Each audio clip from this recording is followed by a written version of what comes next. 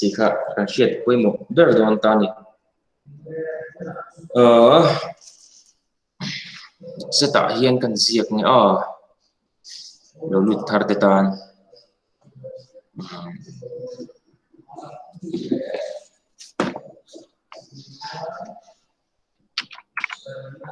diệt lo mai ini population change san factors of population change physical factor ya social factor ka tiang te kan ama chungchu population na tiang kan change san ti ha với nó cần shit với một bất thủ số này chỉ cần chấp tarchi số cần dâu này mới rồi luôn về mà sẽ tem cần xoay được không nhưng population change kan thì kan population increase kan thì này ta nhỉ cái tiếng population increase mo kan chăng dễ là kan biến đến dễ là chuan mun check cái ta thế còn dính lụt thế mà kan về trong kan qua trong dính suộc thế mà thì kan population chúng mình change được thì ta nhỉ có vẻ cũng vừa kan thiếu chuan tầm giống cho mình cần chăng thì ha mo tầm giống cho mình change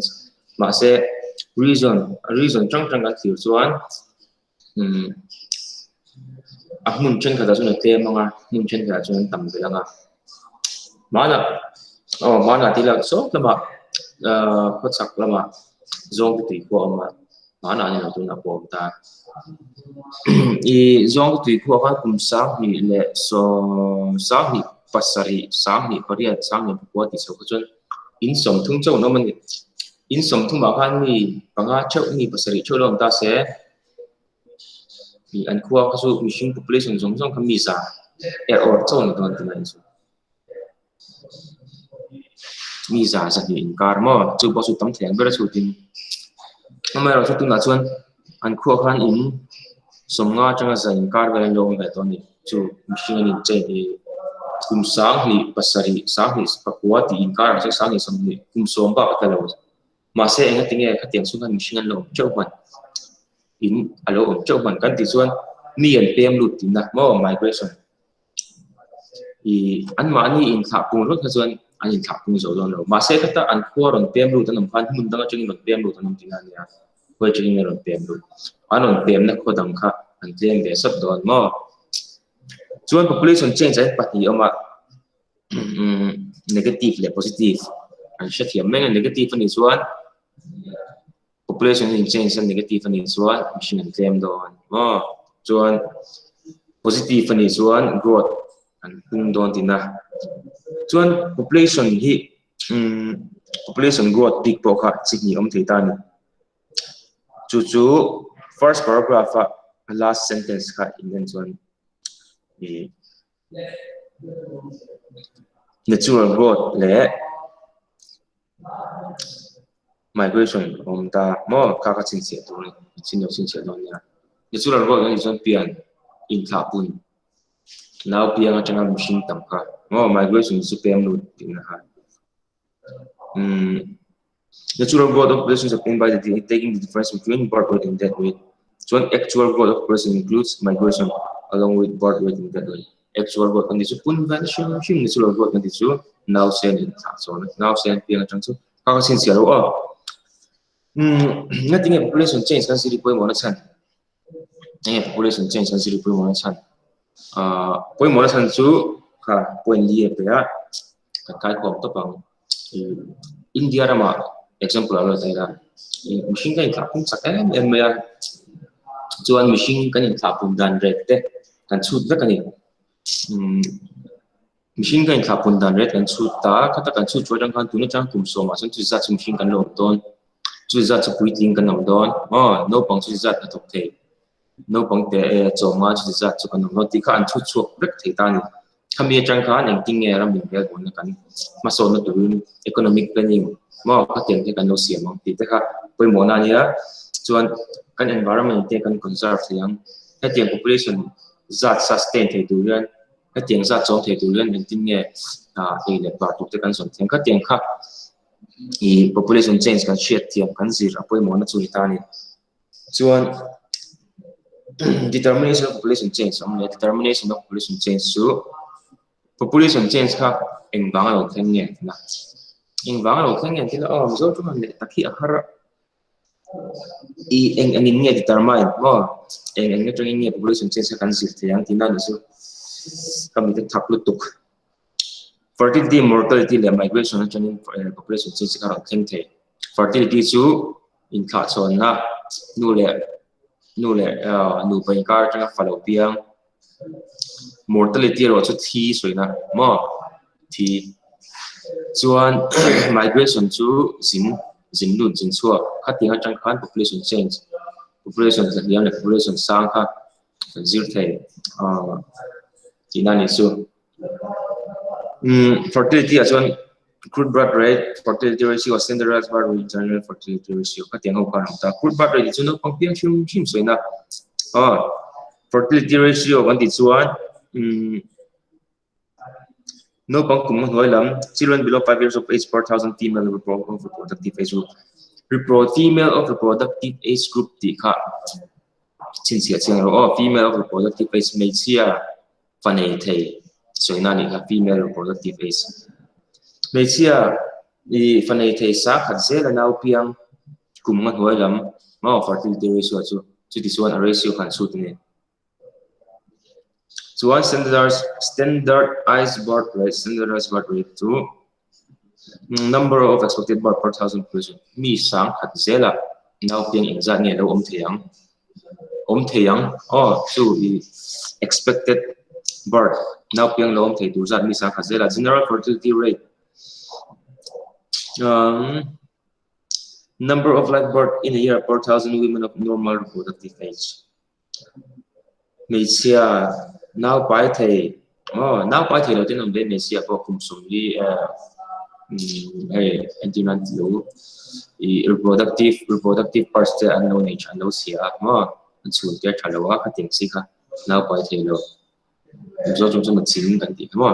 khating te kan ambe ta khating siar te lo khan Mesia right thei him sa khat zela no pang exam nge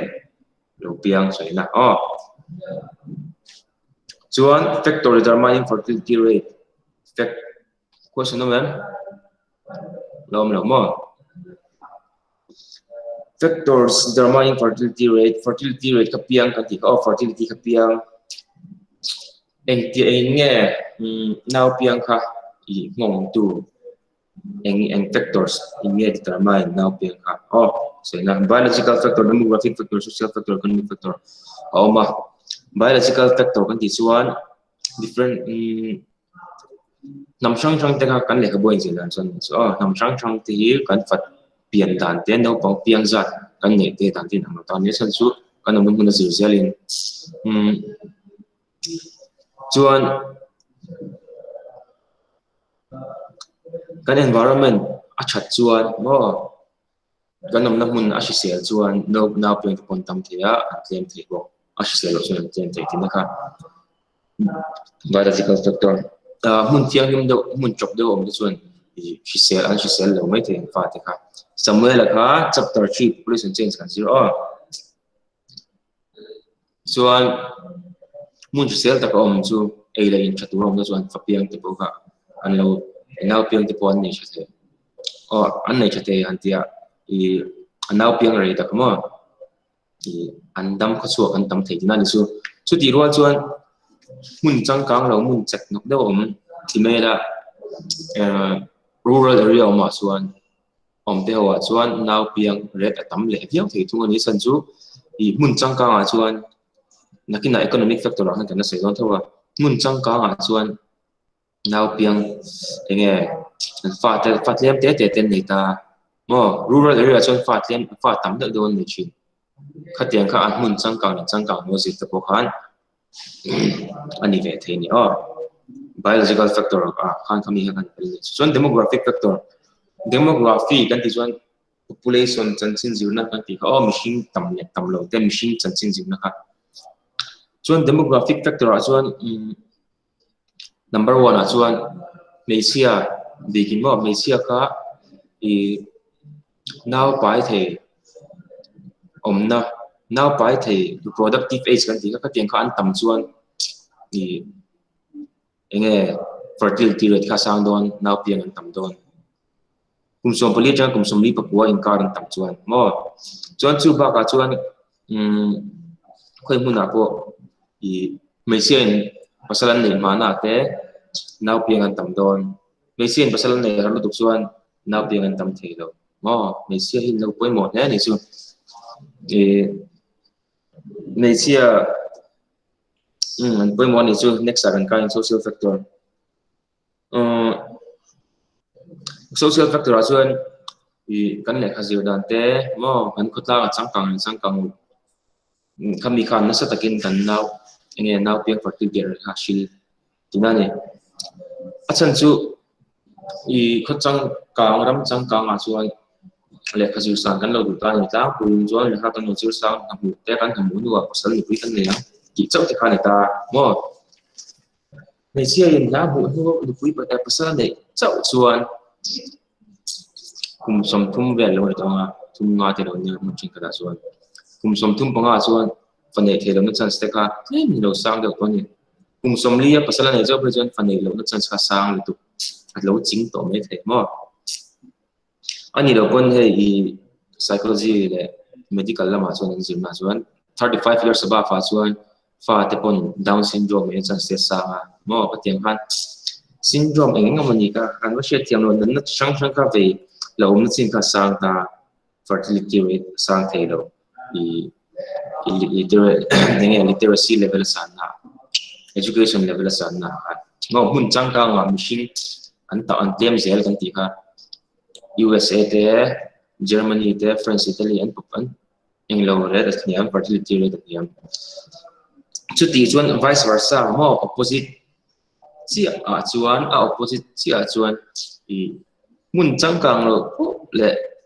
in kha chong kha an tam don fertility rate sang don tinani in chu thiam me ang tuna kan sei opposite si a khan chu chuan economic factor ni sa ka sei to kha income group san na lo sang da lo na fa an nei tam lo chi za mo le ma lo ngai le ula machine in an ho sak chuan lo te an nga poi sa te an nga chuan mode of entertainment in ti na tur tam lu tu ka chuan fa te nei pup lo me khatiang opposite chi system area te environment te fa ya te in kal to ma in puchi na ti ve da bo slum area te chuan machine tam lu tu Mumbai slum area one Mizoram population ne in zat vel slum population ne tani ani thapung ve char sar thosia ka teng kha no chan chu ka soyang kha ka tho tur chaten ne lo mun tin ta chu mi le na tho tu ten ne lo wa in tilim na entertainment khan ne lo ne ma ka teng song khan chuan middle class family a po hian an chom zo to fa te ne an du shina tam zo kin fa te education tan te fa te encol ti nan tan an chom zo to kin du shi ma se an the po le fa ne nga an ho satel te la middle class economy le middle class family le higher class family an fa ne na bak ngai lo chu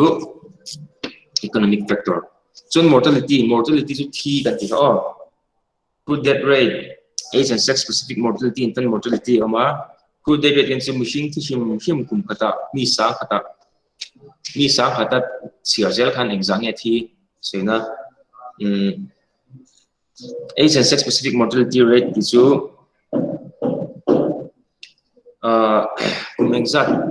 kumengzat le mesia nge ban ni ve ti kha mesia nge mi pa thi mo kumengzat chin nge thi ti kha table in sia manga age and sex specific mortality tun kuma chuan mi pa kum somngan hoilam si za chun thia meisia kum somngan hoilam si za chun thia ma khatiang ka chan na ka infant mortality rate chu infant chu no pang zat nge thi tun kum chungin kum khat po ni lo mai the kum sang ga chung po ni mai the male infant mortality chu mi pa no pang female mi no pang kha ni mai in ban thiam to do ne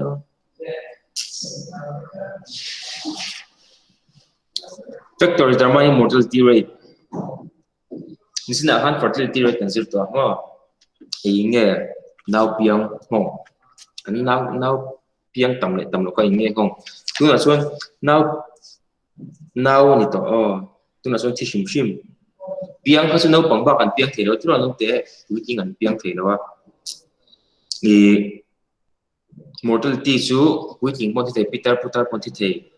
okay ni bo kan thi la thalai ke mani kun wal ko ni bo in thirual kan ni chu wang chuan mortality rate la chuan engting factors of mortality rate chuan engting machine kha kan thina chan engwang thian tama engwang thian tiam ti kha factor determining mortality rate biological environment demographic social factor economic factor this is kan so in khan ai zul zui da odanga kha small haralo opposite bila opposite biological factor chuan due to disease mo taksa chaklo na te shiselo na te natna wanga thi sena biological factor so chu nasina biological factor fertility rate kan sil kha kami nei khan le ai ni te dio kan na mun shisel tak kan chuan mun chok tak te kan chuan kami khan kan environment ko khan kan sei tal dong kan environment te mani biological factor ka chu te mani taksa chaklo so ina ni mai nana shika wanga thi te mo chuan environment khan na satakin ngong nei boka kan na mun thiang hi ma kan mun chok chuan thi kan tam the thi kan tlem the so ina kan mun thiang hi ma chuan nana shik te bok an dei vak lo the so ina ni so demographic factor ka thum chu machine kan ti to ka demography machine sun sin zona machine tam na tam zona si ja kum kha poi mo bra a structure high death rates are common in those countries page number 822 ka high death rates are common in those countries having more population in middle age group and old age group middle age population chu kum som panga kum som kar mo old age group kum som chungam khatiang population tamna kha high death rate kha sang du ding is mo asan chu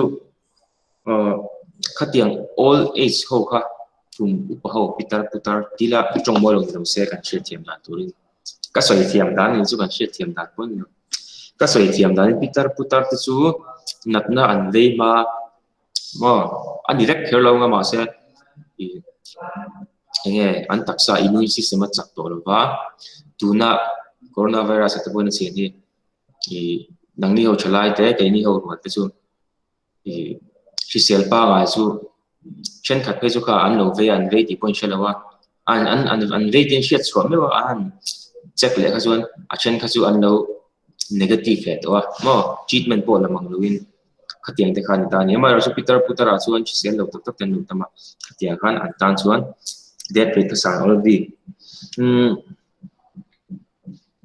another feature is the mortality rate for female are lower than all ages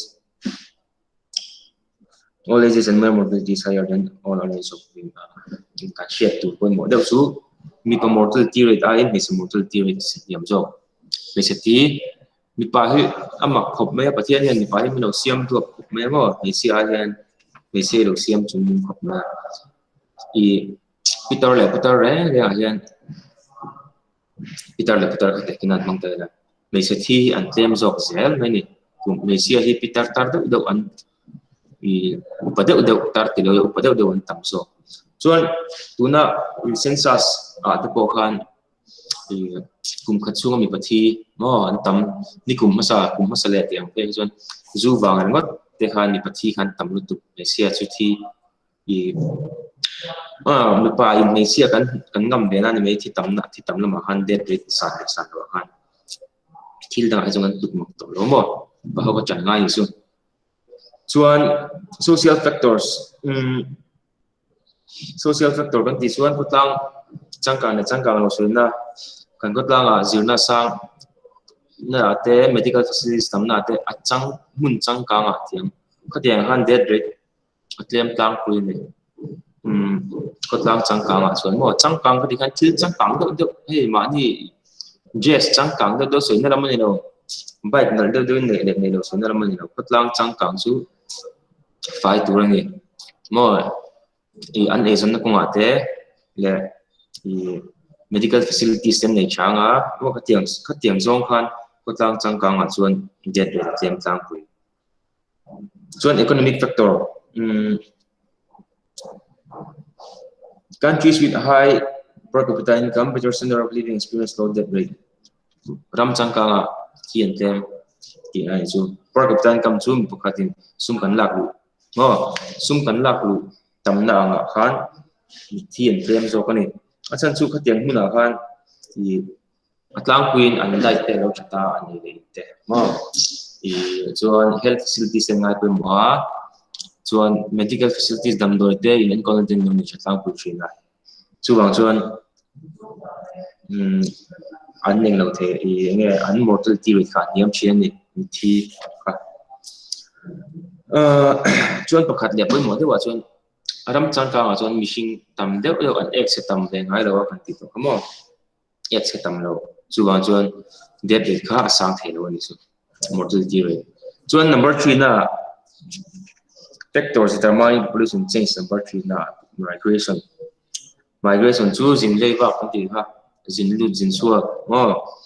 zin lut zin chuak chuan kan che tu pu mo de pakhat chu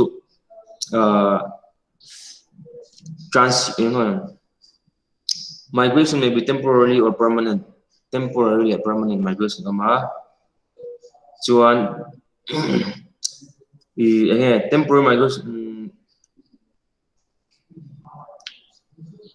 temporary migration kan ti kha tia sayang tuna isolate example peng khum tunga nom ta ni khum tunga jang khan balha tamadira khum tunga chuan balha kha in lo ching de chak me chuan balha ron zor tu khan isolate ron sin tha in ron sin chowa chuan khan ban ta ti kha mun chang non pe kwala chuan indria ka in ko le mo kha commutation chu temporary migration chuan achana chuan i serchi amo khozol dia demo inu le pa te u te inaw mo tun ber khan na lo ja se u mo ipa em kha khozol khan na bo mo na ngi chu ta aizel a chen chin mo nga chuan ipa kha na ba thok deu bang nga ron ho le nga mo kha commutation temporary migration chuan migration kha shang tani rural to rural, rural to urban, urban to urban, urban to rural, rural to tingtang tila all some tingtang is in paper. Mo rural to urban to tingtang changa kopuya. Tingtang changa kopuya zinhi at tamber the migration song chuan a common ver. Siatang tu. So urban to urban ting kopuya kopuin kara urban to rural. Kopuya changa tingtang ai hi a common lo ver. Lem ver. Siatu.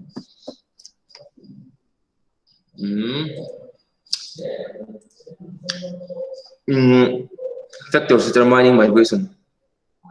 Engin migration kha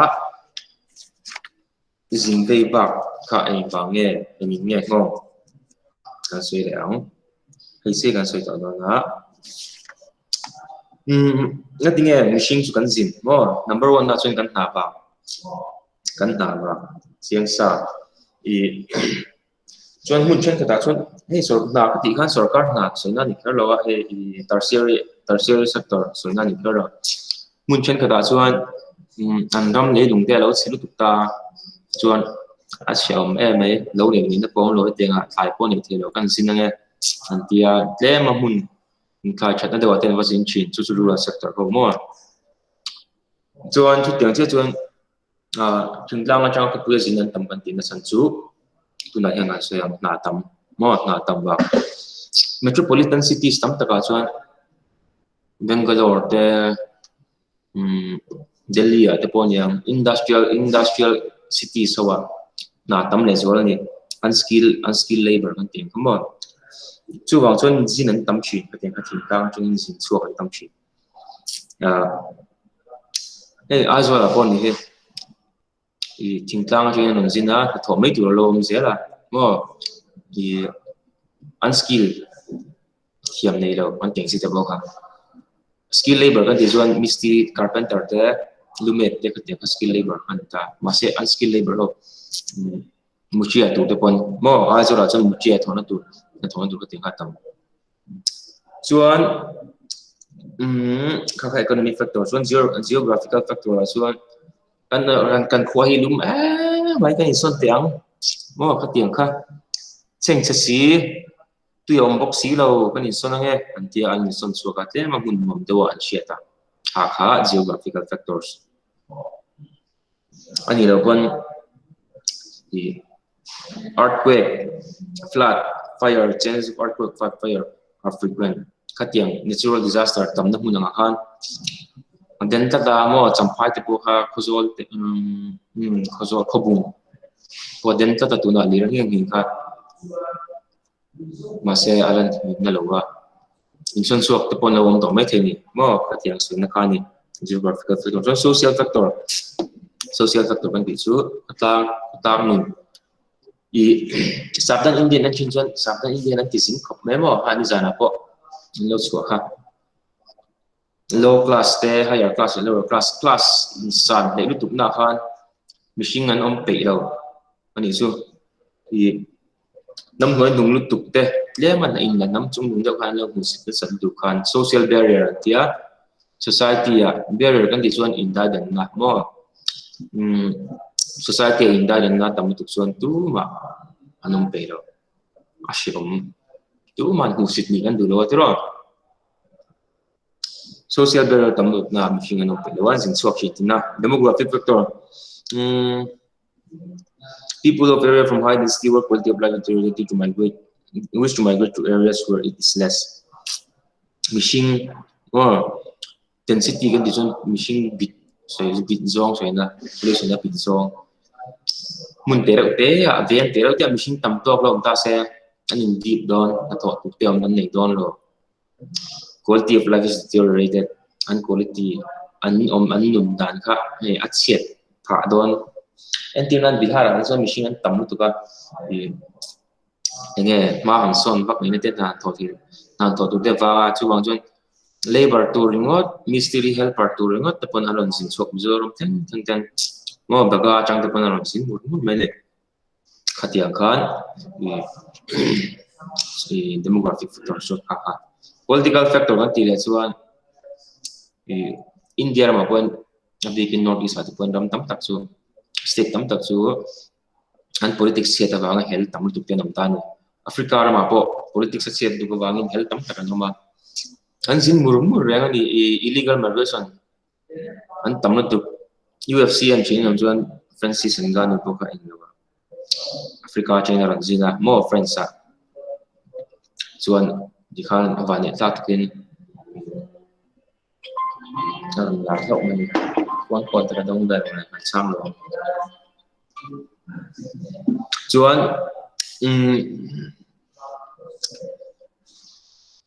industrialization as of chapter on industrialization industry san na huna population sang twin tho tu ratama kan ti kha non economic factor chu e le barna lam nilawa zin ya shim e le khazir du wanga zin te mo chuan nupui pasal in ne wanga zin te chuan ni kho chen mi nom zo nga ti wanga zin te kha tiang khani mai chuan push and pull factor of migration kham ta ni pull chu pot no kan e po nu push ero chu nor pull factor of migration ni chuan mun in eta tinga siang anh example là kan pe kang zembo ka in lom ta ni ron zembo lung bial ho lang bial a khan in lom ta ni ka mi sele po bial khanam china zembo su alum si a chinga mai no ta ni mo a ching tak tak chuang lo he a mi singa zir khan ching ten no tu mai thea a chinga mai zar ko ta kan son tiang zar ko thi te min anom mel deu no ti thei ta ni chuan zar ko nuam deu na huwa a chan chu ange in khel pui tur te an lo tama basketball court te lo ma chuan tle ma thil chang kang deu te arcade te lo ma mo ka tiang chang chang awanga azin cha a in son cha khan pull factor so ta ni eta athil du zong kha na ma ha alo pot don tina push factor also chu example ka tho chon lo ma ta ni chon hun da in son ko ka i chak na em chi ni chuang lo ta ma se example kha ro wo ta thut ma until nan hel ten no ta mo ka tiang thil chi sang sang i du lo zong chai ti lo zong si kha ram ta in na te lo chan ta thut ta mo an ni ko in du le pa ten nan ka tho lai ten lo chan thut ta ta son ka nom thei to lo kan chuang mai ngai ni ti kha mo ka tiang ka push factor lo ki lo in chuang mai na kha push factor of migration pull factor also chance in nei chau option in nei chau ka sin chuang vai do film maintain sin chuang ha push factor of migration so ni chuan classwork ka khan lut ula mo assignment ka pen so in assignment kha in lo ti za tu rak nga ya class kan chan huna kan in check kam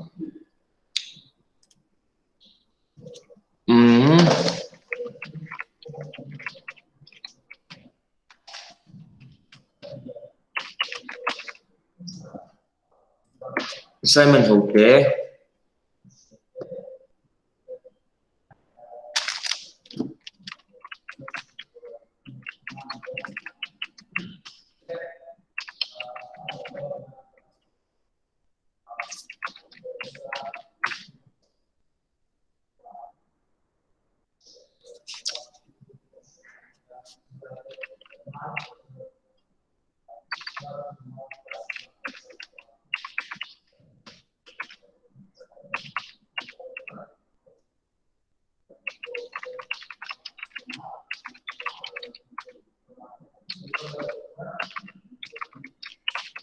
nothing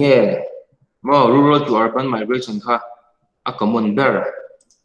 most significant te I achan panga inu soyanga inu ziak nga chuan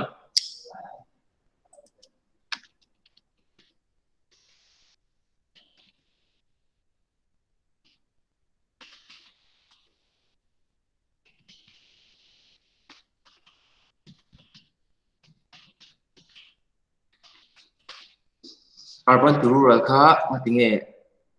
a common no bear insignificant bear mo point nga ve inang ma ni thiam da ni non jiang I kha nakina class kan nei le nga kan check nga chuan internal marks point mu chelo mai thei ati lo